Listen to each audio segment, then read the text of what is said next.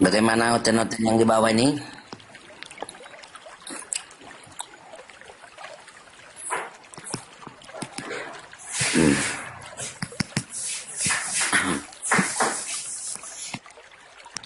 Ayo silakan saudara-saudara Kristen yang mau berdiskusi. Waktu kita masih panjang. Silakan.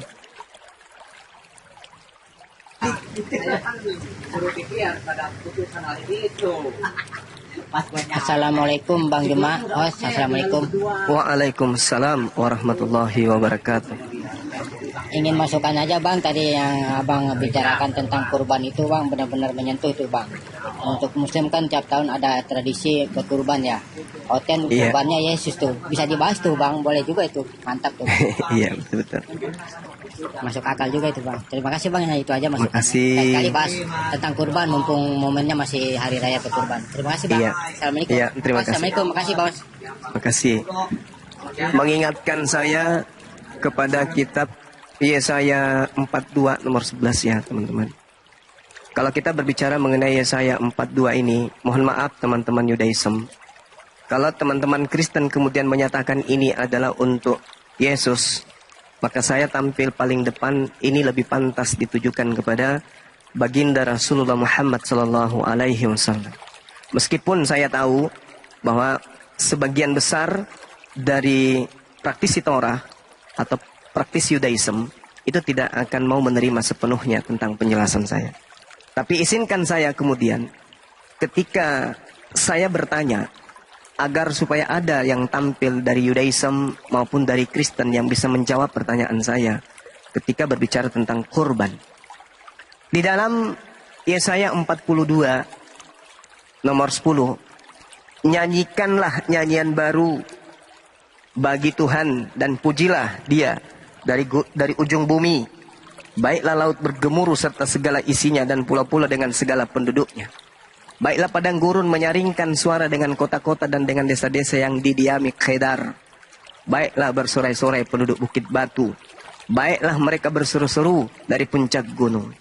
Baiklah mereka memberi penghormatan kepada Tuhan dan memberikan pujian kepadanya dari pulau-pulau. Nah, kalau kita berbicara mengenai Kedar, berarti kita berbicara mengenai Nabi Ismail. Berbicara mengenai Nabi Ismail atau Yishmail, ini artinya kita berbicara terkait dengan keturunan kedua dari anak kedua yang bernama Kedar. Baiklah padang gurun menyaringkan suara dengan kota-kota yang didiami kemudian oleh Kedar. Apa itu? Didiami oleh keturunan Nabi Ismail. Nah, sedangkan di dalam Yesaya 42 ini dijelaskan, nubuat-nubuat, artinya ramalan-ramalan yang dahulu sekarang sudah menjadi kenyataan. Hal-hal yang baru hendak kuberitahukan sebelumnya hal-hal itu muncul. Aku mengembarkannya kepada kalian, kata Yesaya 42.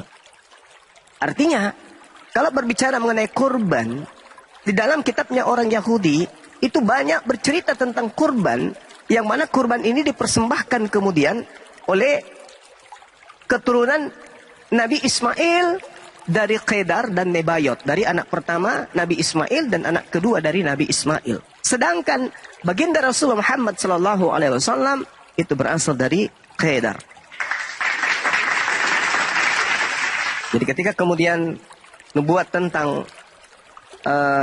Nabi Muhammad muncul kemudian di dalam kitab Yesaya, itu banyak kita temukan misalnya di Yesaya 60. Bagaimana terkait dengan cerita yang dibahasakan di dalam kitab ini, bahwasanya Nabi Yesaya ini menerangkan akan adanya persembahan kurban, ya, dari domba, dari sapi, yang mana persembahan ini dilakukan kemudian oleh keturunan Kedar. Nah, pertanyaannya sekarang, keturunan Kedar, yaitu keturunan Nabi Ismail, yaitu bangsa Arab yang adalah merupakan umatnya baginda Rasulullah Muhammad sallallahu alaihi wasallam, itu jelas mempersembahkan kemudian domba, tidak mempersembahkan manusia. Berarti yang diceritakan dalam Yesaya 60 ini adalah ajaran agama Islam. Nah, ini memang berat untuk diterima, tapi itu fakta. Kenapa saya katakan itu fakta? Karena keturunan daripada Khedar hari ini mempersembahkan kemudian persembahan berupa hewan ternak di tempat yang suci, yaitu di Arab yang ada sekarang, yaitu yang ada di Mekah. Nah, jadi kalau saudara tadi memberikan saran itu adalah hal yang menarik untuk dibahas, memang betul. Coba kita lihat di Yesaya 60 ya. Di situ ada data yang mengatakan begini. Segala kambing domba Kedar akan berhimpun kepadamu. Domba-domba jantan Nebayot akan tersedia untuk ibadahmu. Semuanya akan dipersembahkan di atas mesbahku sebagai korban yang berkenan kepadaku. Dan aku akan menyemarakkan rumah keagunganku. Nah, di sini anak keturunan daripada Nabi Ismail, yaitu Nebayot dan juga Kedar, itu akan mempersembahkan korban berupa domba dan seterusnya. Sedangkan berbicara mengenai Nebayot, berbicara mengenai Kedar, itu adalah keturunan Nabi Ismail. Keturunan Nabi Ismail yang kemudian memperingati hari ini, kemarin. Dan semua mempersembahkan domba itu di tempat yang mereka anggap sebagai panduan untuk melakukan kemudian korban. Kami kemarin juga melakukan itu. Artinya menggenapi, ya harus keturunan Nebayot, harus keturunan Kedar. Nah, sekarang pembuktiannya. Apakah keturunan Nebayot, apakah keturunan Kedar? Memperhatikan itu, betul. Berarti yang dimaksud kemudian di Yesaya 60 ini adalah umat Islam. Nah, kalau berbicara mengenai Nebayot dan Kedar, berarti berbicara mengenai bangsa Arab. Bangsa Arab mempersembahkan apa? Korban hewan. Untuk siapa? Untuk Tuhan. Siapa Tuhannya? Allah. Yang kemudian saudara Yahudi menyebutnya Eloah. Nah, kemudian siapa yang minta korban manusia? Molok. Berat itu, berat. Berat kemudian untuk teman-teman Kristen menghindari keadaan yang sebenarnya yang tertulis dalam kitab yang mereka pegang, yang mereka genggam sendiri. Saya kira begitu sebagai sedikit penjelasan tentang kitab Yesaya. Demikian teman-teman, silakan.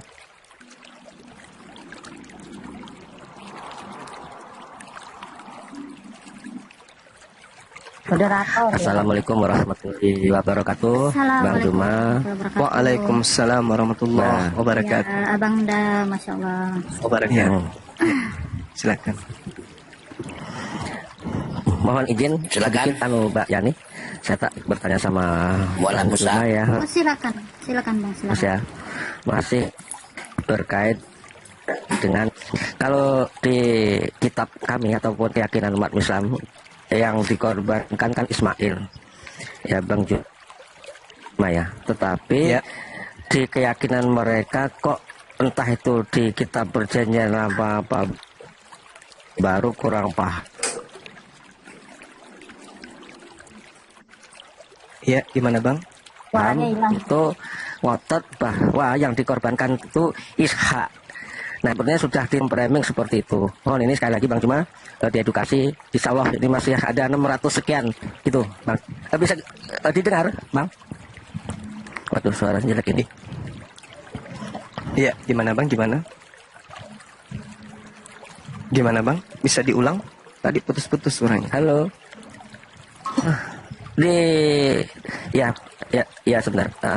Di Islam Iya, yang dikorbankan kan Ismail. Tapi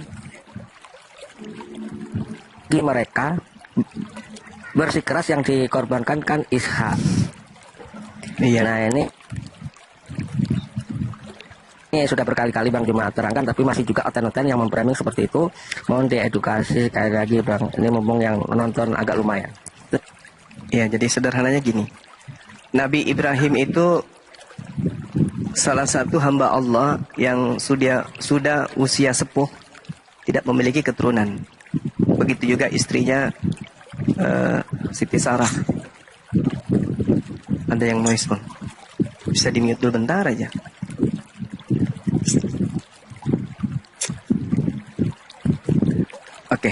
Jadi sehingga Nabi Abraham atau Ibrahim ini senantiasa berdoa kepada Allah.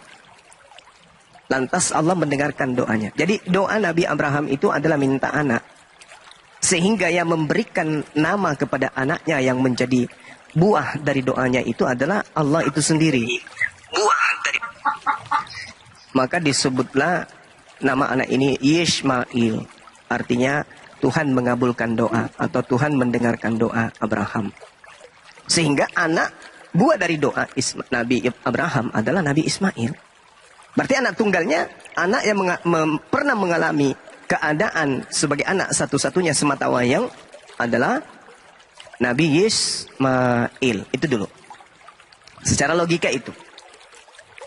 Logika kedua adalah di dalam Kejadian 22. Nomor 1 jelas diterangkan bahwasanya Nabi Ibrahim atau Abraham itu diuji.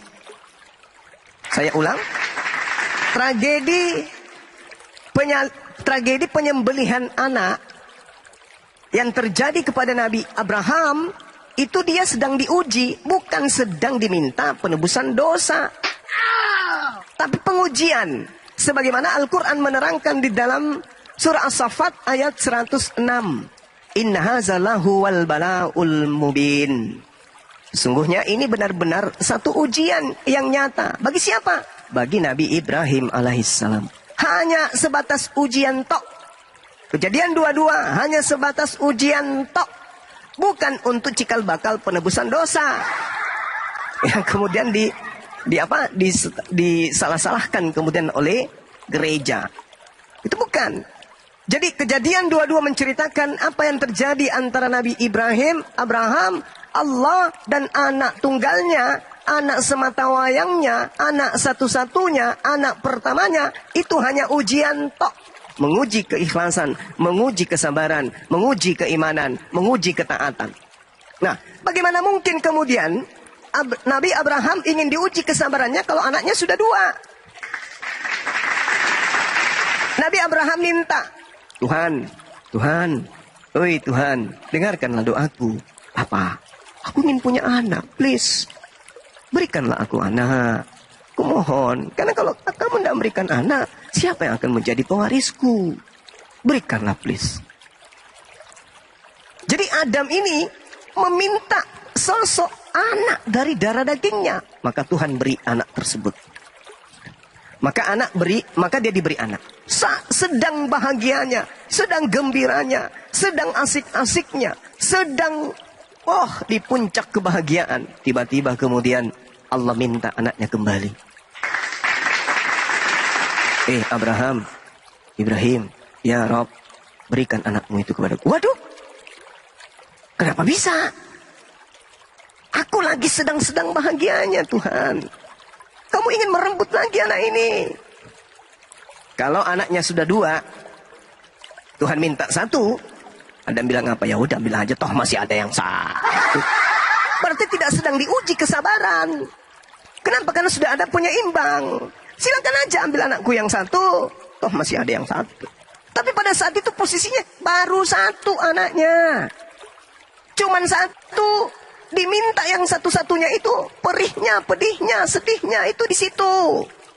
Tapi kalau sudah 2, diminta 1, maka ada celah di mana Nabi Abraham akan mengatakan, tak apalah, aku ikhlas, toh masih ada anakku yang 1. Tapi faktanya, wajib hukumnya, ini anak tunggal. Yang namanya anak tunggal ya anak semata wayang, satu-satunya. Bukan ada 2 di situ. Kalau yang diminta adalah Ishak, berarti kan 2. Karena sudah ada Nabi Ismail. Tapi ini masih dalam keadaan seorang diri, anak ini. Diminta oleh Allah. Nah, itu secara ilmu mantik. Nah, sekarang mari kita masuk ke dalam dalil. Apa kata Tuhan di dalam kitabnya saudara Yahudi? Dalam kisah kejadian dan tragedi persembahan seorang anak. Kita lihat. Coba teman-teman buka Bible. Lihat di kitab Kejadian 21. Di dalam kitab Kejadian 21 nomor 14. Di situ terang sekali dikatakan bahwasanya anak Nabi Ismail berada di Beersheba. Catat. Mohon dicatat sekali lagi. Kejadian 21 nomor 14. Anak yang tinggal di Beersheba namanya adalah Yishmael. Oke, kita melangkah. Pada kejadian 21 nomor 33, di situ diterangkan kemudian bahwa Nabi Abraham pun berada di Beersheba. Saya ulang, Nabi Ismail, Nabi Ibrahim bersama mereka tinggal di Beersheba. Nah, mari kita lihat. Kejadian 22 nomor 2, Abraham mempersembahkan anaknya di Gunung Moria. Jadi Yishma, dalam hal ini Ismail dan juga Abraham, tentu ada ibunya dong di situ, Hagar, semuanya berada di Beersheba. Nah, berlanjut tragedi, Tuhan minta persembahkanlah anakmu yang tunggal, meskipun ada penambahan situ, yaitu Ishak. Seakan-akan Abraham nggak tahu siapa anak tunggalnya, ya kan? Kita mau dikibulin, gitu ya. Ambil anakmu yang tunggal itu, yaitu Ishak. Tapi kemudian persembahkanlah. Nah, di dalam kejadian 22 nomor 2, Abraham mempersembahkan anaknya di Gunung Moria. Kejadian 22 nomor 19, setelah persembahan itu dilakukan di Gunung Moria, tentu karena anak ini tidak jadi dipersembahkan, maka anak ini wajib hukumnya dikembalikan kepada ibunya. Kemana Nabi Abraham kembali setelah mempersembahkan anaknya? Di dalam kejadian 22 nomor 19, Nabi Abraham bersama dengan anaknya dikembalikan ke Beersheba. Kembali kemana? Ke Beersheba. Pernah tidak kemudian Sarah dan Ishak tinggal di Beersheba? Saya ulang pertanyaannya. Pernah tidak Ishak dan juga ibunya Sarah tinggal di Beersheba? Nehi merica katumber jahe. Ishak dan ibunya Sarah itu tidak tinggal di Beersheba. Setelah tragedi persembahan anak yang adalah Ishak katanya, Ishak ini dikembalikan ke ibunya di mana? Beersheba. Salah, ternyata di Beersheba bukan ibunya Ishak. Yang di Beersheba itu adalah Hagar, Cak Ayu. Abraham lupa ingatan. Ternyata saya harusnya baliknya ke Hebron.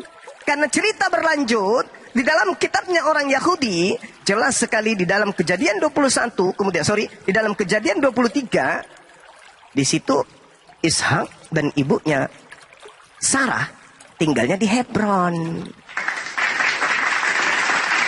Jadi kalau anak yang dipersembahkan ini adalah Ishak, harusnya sepulang dari Gunung Moria, Abraham kembali kepada mana?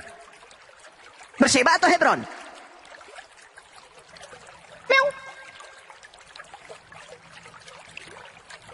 Tidur semuanya, tidur.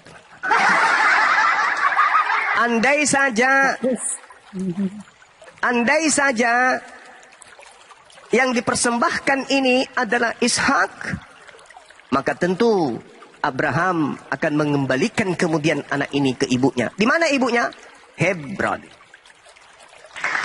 Faktanya, di dalam Kejadian 22 nomor 19, setelah persembahan yang Abraham lakukan beserta anaknya, mereka kemudian kembali ke Beersheba. Itu fakta yang pertama. Fakta yang kedua, di dalam kitabnya orang Yahudi jelas sekali ketika Sarah meninggal dunia, Abraham datang ke sana di Hebron. Apakah Abraham ini sebagai penduduk di sana? Tidak. Abraham datang sebagai orang asing untuk membeli tanah untuk menguburkan istrinya Sarah. Berarti Abraham adalah orang asing yang kemudian datang ke Hebron untuk membeli tanah pemakaman untuk istrinya. Ini jelas fakta yang tidak bisa terbantahkan. Di mana kemudian diceritakan dalam kitab Kejadian, Kejadian 35 ya. Tolong ditegur kalau saya keliru. Kejadian 35 nomor 27. Lalu sampailah kemudian Yakub kepada Ishak, ayahnya di Mamre dekat Kiriat Arba. Itulah Hebron, tempat Abraham dan Ishak tinggal sebagai orang asing. Nah, lalu kemudian Abraham ini diceritakan membeli tanah kemudian. Membeli tanah untuk istrinya, untuk dimakamkan kemudian. Untuk jenazah sang istri. Ya. Artinya bahwa Abraham ini tidak menetap di sana. Kenapa tidak menetap di sana? Karena dia datang ke sana untuk membeli tanah di dalam Kejadian 23. Kejadian 23, datanya saya lupa sahabat. Mungkin di nomor satunya ya, di awal-awal itu. Sesudah Sarah mencapai usia 127, diceritakan di sana, Sarah meninggal di Hebron, di tanah Kanan. Kemudian Abraham kemudian di situ datang meratapi kematian istrinya. Setelah kemudian Abraham meninggalkan jenazah istrinya, dia pergi kemudian ke orang-orang Het yang mendiami negeri itu. Apa kata Abraham? Saya ini orang asing, ya, izinkan saya membeli sebidang tanah supaya saya dapat menguburkan istri saya. Berarti di dalam Kejadian 23 itu Sarah tinggal di Hebron, Abraham datang sebagai orang asing, membelikan tanah untuk menguburkan istrinya. Berarti selama ini Abraham tinggal di Beersheba bersama dengan Hagar dan Yismail. Tapi sebelum itu terjadi, sebelum ada Ishak, Abraham lebih dulu mempersembahkan anaknya bernama Yismail, dan setelah digantikan oleh kurban hewan, Abraham mengembalikan anaknya ke Beersheba. Yang tinggal di Beersheba adalah ibunya bersama Sarah, Hagar, sedangkan yang tinggal di Hebron adalah Sarah bersama dengan Ishak. Jadi jelas di sini apa yang diterangkan kemudian Al-Qur'an itu tidak keliru. Ketika Allah mengatakan qad saddaqtal ru'ya, mimpi. Inna kathalika najzil muhsinin. Sungguh engkau telah membenarkan mimpi itu, kata Allah. Sungguh demikianlah kami memberi balasan kepada orang-orang yang berbuat baik. Inna hazalahu wal bala'ul mubin. Sesungguhnya ini benar-benar satu ujian yang nyata. Malik datang pertama lalu Lalu kata Allah, wa fadainahu bisibhil azim. Lalu aku Tuhan tebus anak ini dengan seekor sembelihan yang besar. Jadi tragedi ini sudah terjadi. Tragedi penyaliban ini kemudian sudah terjadi terhadap Nabi Ibrahim dan juga anaknya Ismail. Setelah terjadi itu, Allah kemudian berfirman, wa basyarnahu bi Ishaqa nabiyyan minas salihin. Dan kata huruf waw di situ artinya sesuatu yang berlanjut, kemudian cerita berlanjut. Kemudian kami beri Abraham atau Ibrahim kabar gembira dengan kelahiran Ishak sebagai seorang nabi yang termasuk orang-orang yang saleh. Berarti setelah tragedi persembahan Nabi Ibrahim, yaitu anaknya Ismail, barulah kemudian lahir anak kedua Ishak. Jadi Al-Quran menerangkan Ismail dipersembahkan, lalu hadir Ishak. Bible, kitab Kejadian, diungkap di Kejadian 21 sampai Kejadian 23. Ya, jelas yang dipersembahkan di situ adalah anak yang dikembalikan ke Beersheba, bukan anak yang dikembalikan ke